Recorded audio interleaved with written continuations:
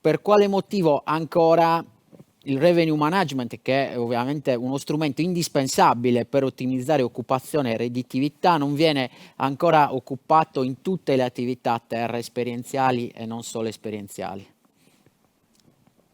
È una bella domanda. Intanto una premessa, secondo me il cliente oggi è mediamente più preparato dell'imprenditore, oppure la versione imprenditoriale del cliente, perché poi alla fine lo stesso imprenditore quando diventa cliente fa utilizzo di queste tecniche, di queste strategie serenamente. Forse questa dualità fra il momento in cui l'imprenditore deve gestire il proprio albergo, il proprio stabilimento balneare o qualunque altra cosa, si alimenta di una serie di credenze che ormai non dovrebbero avere più senso. Fondamentalmente oggi non si paga il prodotto o il servizio, ma si paga la classe di prenotazione, cioè il momento in cui avviene la prenotazione, che può essere fatta tanto tempo in anticipo oppure sottodata su una capacità alberghiera di infinite camere oppure su una capacità alberghiera di poche camere. Quindi il concetto basilare è sempre lo stesso, la domanda e l'offerta. Nel momento in cui domanda e offerta cambiano, va da sé che debba cambiare anche il prezzo. Io credo che la revenue economy non sia altro che l'espressione più banale e semplice di quello che noi dovremmo chiamare buonsenso, no? Siamo ancora ancorati a certi retaggi, la qualità di un servizio, prendiamo in considerazione la camera d'albergo, dipende dal prezzo che si paga. La qualità di una camera d'albergo, lo sappiamo tutti, dipende da quanto è bella la camera e dal servizio che viene erogato magari da chi ci lavora in quella camera, quindi dalla pulizia, dalle attenzioni, dalla cortesia. Poco ha a che vedere col prezzo, il quale a sua volta può muoversi verso l'alto o verso il basso in funzione appunto del valore di mercato del momento. Io direi che oggigiorno siamo tutti abituati a vedere una tariffazione dinamica, prendiamo appunto un volo e notiamo che ci sono tante persone che hanno pagato prezzi diversi dal nostro, così come in albergo. Dobbiamo semplicemente allinearci a questo sentire e cercare di capire che se a febbraio fanno i saldi o se c'è un Black Friday, queste non sono altro che antiche forme, anche abbastanza antiquate se vogliamo, di quella che è una normale tariffazione dinamica che ci dovrebbe essere quotidianamente. È chiaro che bisogna capire fino a dove vogliamo spingerci e che tipo di canali stiamo utilizzando, però il principio resta valido.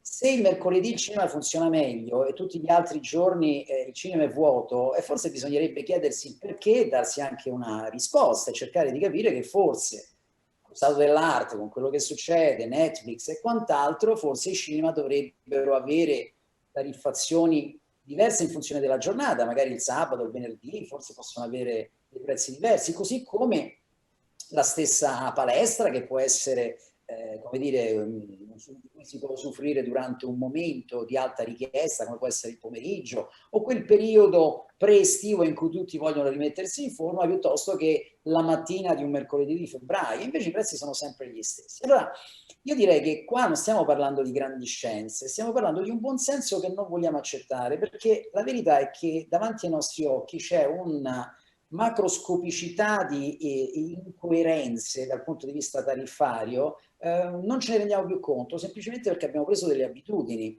E quindi ci sembra strano che un albergo di mare il mercoledì di aprile con pioggia faccia dei prezzi bassi rispetto magari al maggio sabato con il sole, quando invece è assolutamente normale. C'è un discorso di naturalità e di normalità che però tutto sommato avvolge le nostre vite, no? La naturalità viene persa, la normalità viene accettata semplicemente perché la facciamo, perché ci rassicura, perché la fanno tutti.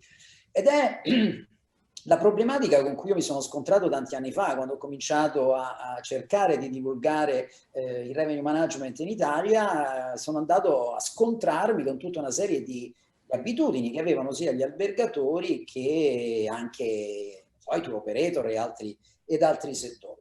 Ho rimesso un po' in gioco certi equilibri e soprattutto tenendo presente un concetto fondamentale che vorrei che fosse acquisito. Prima si parlava di giovani, ho sentito con grande interesse l'intervento di Sciuto che ha detto delle cose fantastiche sia su come deve essere gestita un'azienda, sul clima di famiglia insomma, ha detto tante cose interessanti che vorrei ribadire, ma il concetto principale è sicuramente quello che l'unione fa la forza, e quindi nelle reti e nei territori basta campanilismi, basta il controllo tariffario di un albergo rispetto all'altro, magari chiedendosi il perché, il per come. Sono tutte cose assolutamente inutili e deleterie. La verità è che noi dobbiamo trovare, ed è qui il consiglio che volevo dare a tutti, soprattutto ai giovani, la leva virtuosa.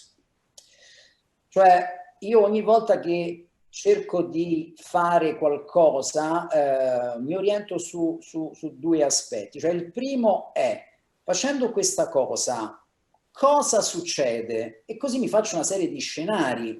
Se le cose che vedo sono delle cose che a loro volta alimentano delle positività, forse sono andato vicino a trovare una leva virtuosa, e la leva virtuosa chiaramente fa sì che da quel piccolo gesto, ergonomicamente importante perché non mi dà un grande sforzo, da quel piccolo gesto se ne scatenano tante altre correlate a questo gesto che poi provocano una serie di positività nel campo economico, in questo caso, perché si parla di revenue economy. L'altra domanda che mi pongo sempre è: ma se lo fanno tutti, che danno ci può essere? Oppure che vantaggio ci può essere?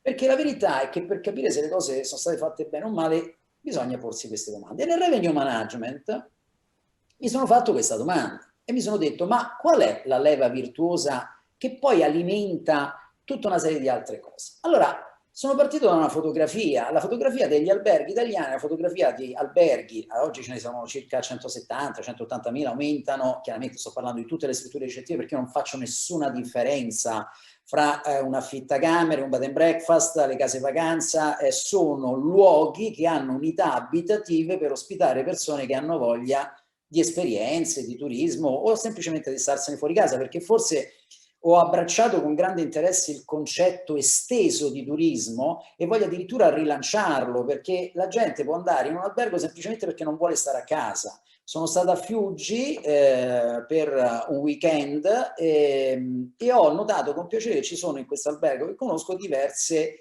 prenotazioni per Capodanno, ben sapendo che non faranno nulla di particolare perché non ci saranno cenoni, non ci si può spostare, eccetera. Il concetto qual è? Il concetto: sto a casa mia o esco? Piuttosto che sta a casa mia, esco. Allora l'albergo diventa anche un luogo di soggiorno alternativo a chiunque, a chiunque. E questo già è un concetto esteso che rientra nelle logiche revenue economy. Ritornando alla nostra leva virtuosa, questi alberghi dovrebbero essere sempre pieni teoricamente. Perché? Perché da un punto di vista economico non ha nessun senso che un albergo in un giorno X stia al 50%. Io a volte sento discorsi imbarazzanti di gente che dice: no, ho 80 camere ma ne voglio riempire solamente 60, e la domanda che mi viene è: ma le altre 20 che le hai fatte a fare? Perché se ne devi riempire solamente 60?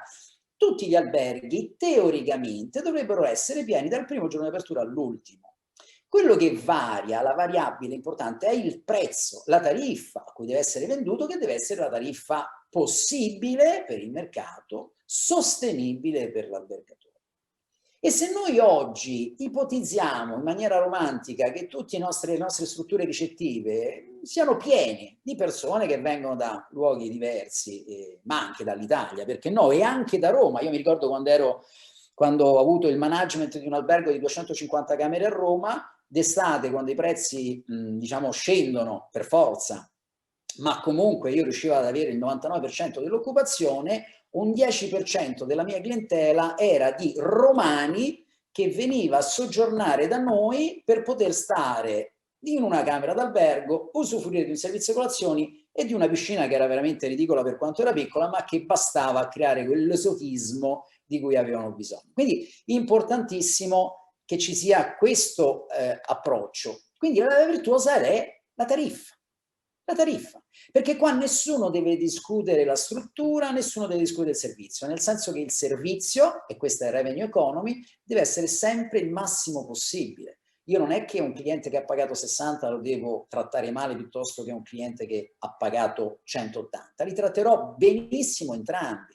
Quello che varia è il momento in cui è avvenuta la prenotazione e il momento di arrivo del cliente. che fa la differenza dal punto di vista tariffario? Semplicemente perché domanda e offerta banalmente cambiano e altrettanto banalmente deve cambiare la tariffa. Quindi questa leva primaria che danni provoca? Nessuno, perché a conti fatti l'albergatore che sta massimizzando il prezzo di vendita avrà un maggiore fatturato. Il cliente avrà l'opportunità di poter scegliere il giorno in cui andare, chiaramente il giorno in cui le tariffe sono molto alte, magari non lo farà a meno che non ha un potere economico abbastanza importante, quindi lui ha la possibilità, la speranza di andare comunque, in qualunque momento dell'anno, perché poi le stagionalità variano a seconda delle destinazioni, in una camera d'albergo a dei prezzi piuttosto bassi rispetto a quello che ci sono adesso. Quindi il cliente è contento, l'albergatore fa fatturato, la contentezza dell'albergo unita all'inevitabile digitalizzazione che questi processi comportano e all'inevitabile aumentato numero di persone che soggiornano nella struttura e altrettanto inevitabilmente aumentano la reputazione. E un aumento di reputazione, quindi di brand reputation, soprattutto se ci si attiene sempre ad un servizio squillante, come deve essere, perché altrimenti si parla di low cost, non si parla più di revenue economy, e questo alimenterà una reputazione sempre più alta che a sua volta alimenterà di nuovo un'azione commerciale. Quindi non ci sono piani di debolezza senza stare a pensare a quanto un territorio può avvantaggiarsi dal semplice fatto che tutte le strutture alberghiere di questo territorio stanno andando a regimi occupazionali massimi o comunque vicino al massimo, quindi tanta più gente all'interno di un territorio che consuma, che fa vivacità culturale e che sprona le istituzioni a farsi venire delle idee. Oggi parlavo con degli albergatori della Sila, mi dicevano io ho tutta una serie di azioni e di attenzioni nella mia struttura dal punto di vista proprio della deambulazione, quindi della sostenibilità per le persone paraplegiche, però poi escono dal mio albergo e hanno tutta una serie di problemi. Le istituzioni che vedono che le cose funzionano sono maggiormente spinte ad avvantaggiare, piuttosto che oggi cercare dalle istituzioni tutta quella serie di cose che ci piacerebbero a tutti ma che sappiamo che sono inevitabili.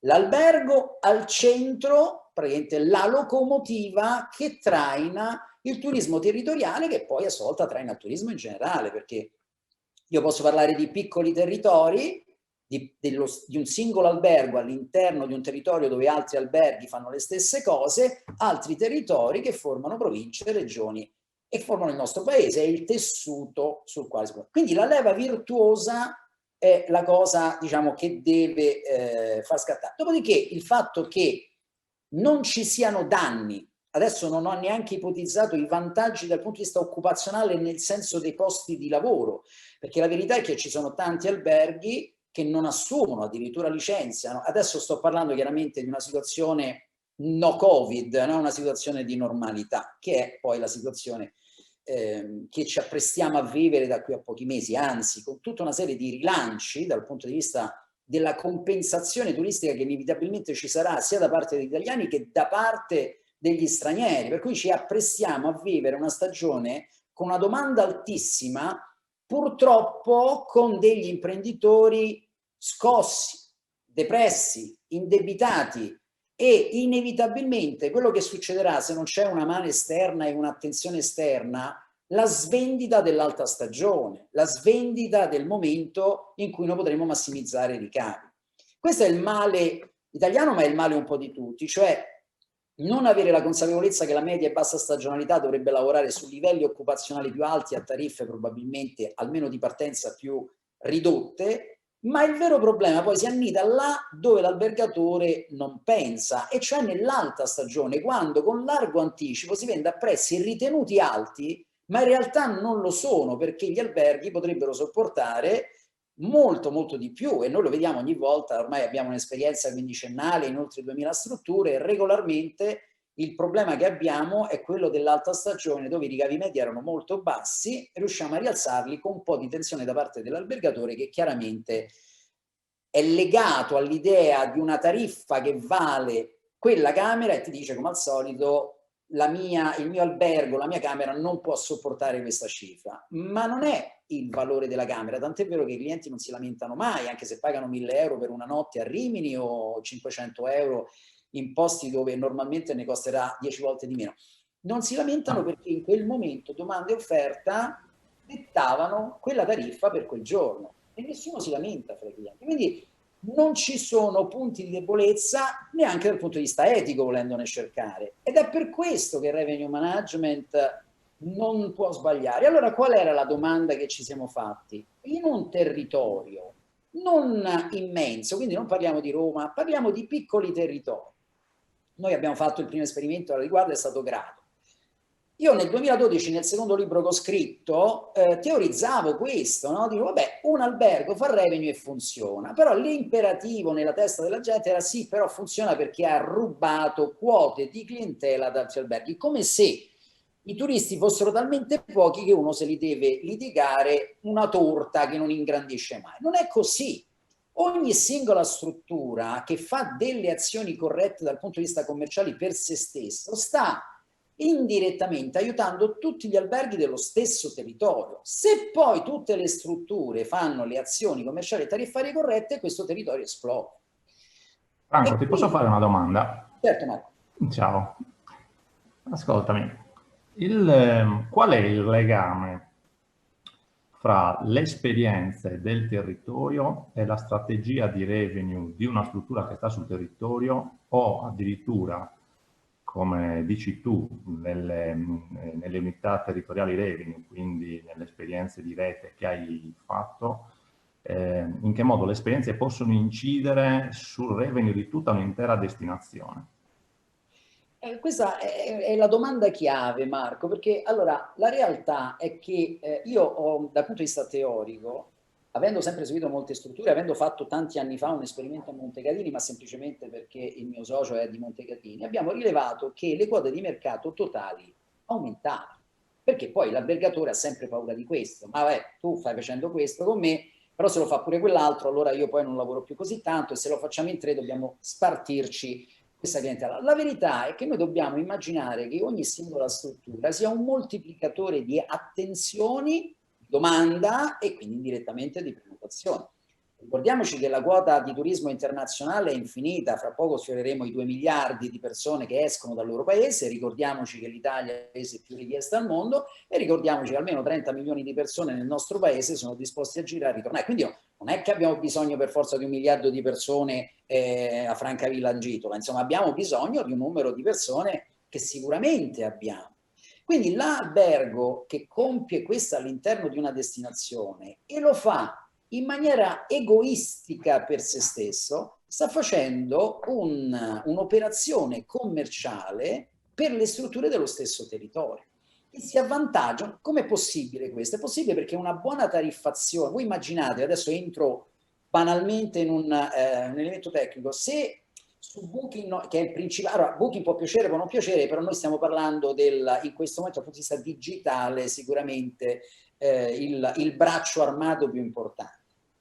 Se in una destinazione date 40 strutture ricettive, solamente 5 usano booking.com e di queste solo 2 lo usano regolarmente bene, le altre chiudono ogni volta che possono e magari lo usano anche male, la finestra sul mondo relativamente a quel portale che vale 2 miliardi di persone non c'è. Non c'è. Se noi facessimo un'analisi oggi su come è utilizzato Booking piuttosto che Expedia, piuttosto che tutto il turismo digitale in Italia, ci spiegheremmo perché le cose non funzionano come dovrebbero. Allora, se è vero che su Grado sono 5 anni che abbiamo messo in piedi questa rete di 25 alberghi che hanno dei risultati eccezionali rispetto agli altri alberghi, siamo partiti da un albergo e poi siamo arrivati a 25, tutti lavorano sempre di più. Domanda, e se questo meccanismo fosse un meccanismo globale, di provincia, di regione, addirittura di paese, cosa riusciremmo ad ottenere? Ed è chiaro che noi partiamo dalla leva virtuosa dell'albergo che fa la cosa, che agisce attraverso la leva virtuosa. Perché? Perché l'albergo è, diciamo, il tour operator di un territorio, attrae turismo e questo turismo chiaramente fa lavorare tutto l'indotto. Ora immaginatevi 40 alberghi. L'ultima rete che stiamo facendo è quella di Tortoreto, dovremmo arrivarci. A Tortoreto non è che ci sono 10.000 alberghi, ma quei 50 alberghi che si mettono insieme a fare le cose giuste possono attrarre invece che 10.000, magari 50.000 persone che in un territorio fanno una grande differenza dal punto di vista economico. Franco, buonasera, Antonio Usai. Ascolto Sì. sempre con piacere le dinamiche sul revenue, cercando anche di trovare il giusto compromesso tra strumenti e capacità del territorio di farli propri, perché poi anche di questo parliamo. Molto interessante è quell'equazione buon senso ed efficienza del sistema. Tutti ci auguriamo di avere degli operatori sul territorio con grande buonsenso, il che è vero, ma non sempre riescono ad esprimerlo compiutamente, e ci auguriamo anche di avere un sistema di offerta molto efficiente. La realtà invece ci dimostra che le due cose non sempre si abbinano, perché se così fosse avremmo anche un sistema paese molto più competitivo che, come dici, dovrebbe sfruttare quella potenzialità fatta di 2 miliardi che è il CAP, ma dove in realtà l'Italia basterebbe molto meno per vivere molto bene, così come la Sardegna. E allora in tutto questo una cosa interessante che delle volte manca, lo vedo anche da alcune statistiche recenti, le ho fatte fare a qualche mio laureando per le tesi, ci siamo concentrati sul revenue nella ristorazione e abbiamo iniziato a raccogliere delle informazioni interessanti, vedendolo sia dal punto di vista della domanda che dell'offerta.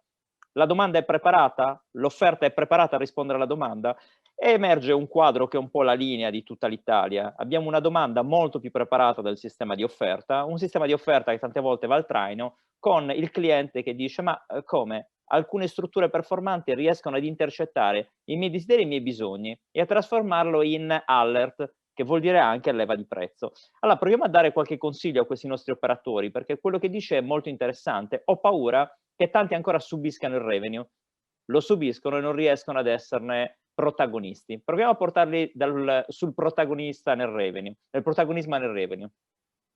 Ma direi, allora, noi chiaramente dal punto di vista del lavoro e operativo abbiamo questo tipo di difficoltà, perché chiaramente se ci fosse una maggiore, diciamo, alfabetizzazione revenue, anche se il termine magari non è proprio elegantissimo, chiaramente tutto sarebbe più facile. Però la verità è che noi vogliamo porre tutto questo meccanismo che può sembrare abbastanza complesso, si parla di turismo digitale, chiaramente gestito poi, no, in maniera un po' particolare, poi noi abbiamo anche un software che ci aiuta a elaborare le tariffe, ma non attraverso un sistema algoritmico, perché questa è una cosa che volevo sottolineare perché l'ho sentita un paio di volte. Io non credo, o almeno in questo momento storico ancora non credo nel software che possa dare delle tariffe. Quello che credo è nella possibilità, attraverso l'elaborazione di molti dati, trasformarli in informazioni che poi a loro volta sono delle tariffe. Però è ancora l'uomo al centro. Poi magari a breve succederanno cose, ma in questo momento diffiderei moltissimo di qualunque software che dà tariffe, perché secondo me... E noi ci auguriamo però che sia sempre l'uomo al centro. E noi ci auguriamo che siamo al centro, oppure, come nel mio caso, sto lavorando per un software Centauro, dove le due componenti, quindi quelle basate sull'intelligenza artificiale e quella basata sull'elaborazione intuitiva delle sinapsi che inevitabilmente si formano nel nostro cervello, che è il computer più sofisticato, possano, come dire, essere messe a disposizione al servizio di questi aspetti. Io che cosa direi agli imprenditori? E allora noi quello che cerchiamo di fare, proprio perché capiamo questa necessità, è l'affiancamento. Nel nostro sistema noi abbiamo organizzato la squadra che proprio ti affianca, ti parla, ti spiega, ti supporta giorno dopo giorno, perché in realtà è un processo che ha bisogno dei suoi tempi. Quindi è inutile che si parla di massimi sistemi o di cose che possono spaventare tecnicamente gli albergatori. Si parte dal buon senso, perché una volta che all'albergatore gli dici: scusa, ma a febbraio hai avuto un'occupazione del 10%, sì, che tariffa media è? 200. A luglio c'è avuto un'occupazione del 90%, che tariffa media è? 2,20. Anzi no, sei strapieno con 2,20. Dice: allora adesso tu dimmi che ne pensi di queste due riflessioni. È il primo a dirti probabilmente la tariffa è troppo alta a febbraio, e viste tutte le persone che ho dovuto cacciare via a luglio, magari era troppo bassa a luglio. Cioè glielo fai dire a lui, no? Nel senso che quello che noi cerchiamo di fare è semplicemente di far chiarire agli albergatori stessi dei concetti che così come si parla di qualità, l'albergatore può dire: però se mi vendi a un prezzo basso in bassa stagione, la qualità del mio albergo viene penalizzata. Perché? Se tu tratti bene il cliente non c'è nessun motivo, anzi il cliente che è trattato bene, che invece di 200 paga 50, è talmente tanto contento che eleva la tua reputazione attraverso il passaparola sia online che offline. Una volta, cioè noi parliamo semplicemente di buonsenso, poi ci sono dei tecnicismi, la tecnologia, la digitalizzazione che vengono dopo, vengono quasi a seguire, quindi i nostri argomenti, perché tu hai sottolineato questa cosa, ma probabilmente non sai quanto è ancora più complessa di quello che tu dici, perché probabilmente noi abbiamo questo rapporto con gli albergatori quotidiano, il nostro lavoro al 90% è convincere gli albergatori che la cioccolata è buona, insomma, no? Perché poi di questo stiamo parlando, che non è cosa scontata. Ed è comprensibilissimo, ci sono dei libri a riguardo, il più interessante che ho letto probabilmente è proprio The Nudge di Richard Thaler, che ha vinto anche un premio per l'economia, che faceva capire come il fatto di fare sempre le stesse cose, il comfort delle abitudini, piuttosto che la paura del cambiamento, siano talmente forti che portano le persone poi a non prendere iniziative. E noi lavoriamo su quello, abbiamo una psicologa, facciamo corsi in continuazione, quindi il mio invito agli albergatori è semplicemente non credere a Revenue o a Franco Grasso o a chissà chi altro, ma a fare un'analisi, a farsi delle domande. Perché nel momento in cui mi dice che l'albergo a 100 euro è vuoto e tutti stanno a 100 euro, forse la risposta potrebbe essere che stanno sbagliando tutti, no? Perché poi c'è questa bellissima abitudine del benchmarking che sta rovinando il nostro paese. Ognuno guarda l'altro, se uno ha sbagliato, sbagliano tutti. Sì, poi è sempre vero, è sempre forte la cultura aziendale, quindi quell'idea, avere una strategia chiara e poi utilizzare gli strumenti disponibili. Forse il buon senso poi si sviluppa anche lì. Marco. Moltissimo. Franco, scusami, ti faccio l'ultimissima battuta finale perché abbiamo veramente un minuto contatto, quindi mi devi promettere una risposta in 30 secondi. Il nostro approccio per destinazione del modello Welcome to Italy, dove al contrario, diciamo, rispetto a quello che era l'approccio tradizionale, dove non andiamo a promuovere la ricettività, ma la destinazione e di conseguenza la ricettività, quanto secondo te può essere vincente? Totalmente vincente, perché il turismo è assolutamente cambiato e questo Covid sta cambiando, e questo Covid ha dato un'ulteriore escursione al cambiamento, trasformando il turismo esperienziale. Quindi il territorio, ne parlavo oggi parlando della sigla, diventa il principale attrattore. Attenzione anche alle destinazioni italiane esotiche. Oggi parlo della Calabria e oggi pomeriggio parlo della Sardegna, che è altrettanto esotica, che saranno un boost particolare nella mente del cliente italiano che magari ha deciso di non andare fuori. Il territorio diventa fondamentale perché è nell'esperienzialità che oggi il turista cerca di sviluppare quello che una volta era semplicemente andare in un luogo e fare delle visite. Quindi il territorio è assolutamente indispensabile.